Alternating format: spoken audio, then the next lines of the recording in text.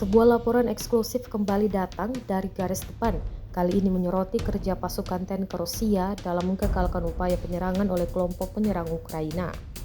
Rekamannya diunggah di Telegram pada Selasa 6 Mei 2025. Pasukan Ukraina mencoba merebut posisi pertahanan Rusia melalui serangan mendadak. Namun, langkah mereka telah diantisipasi. Serangan tersebut langsung digagalkan ketika kelompok penyerang memasuki zona ranjau yang telah dipasang sebelumnya. Ledakan ranjau menghantam barisan depan dan memperlambat laju mereka secara signifikan. Tak berhenti di situ, sisa pasukan Ukraina yang masih bertahan langsung dihujani rentetan tembakan dari unit-unit tempur Rusia.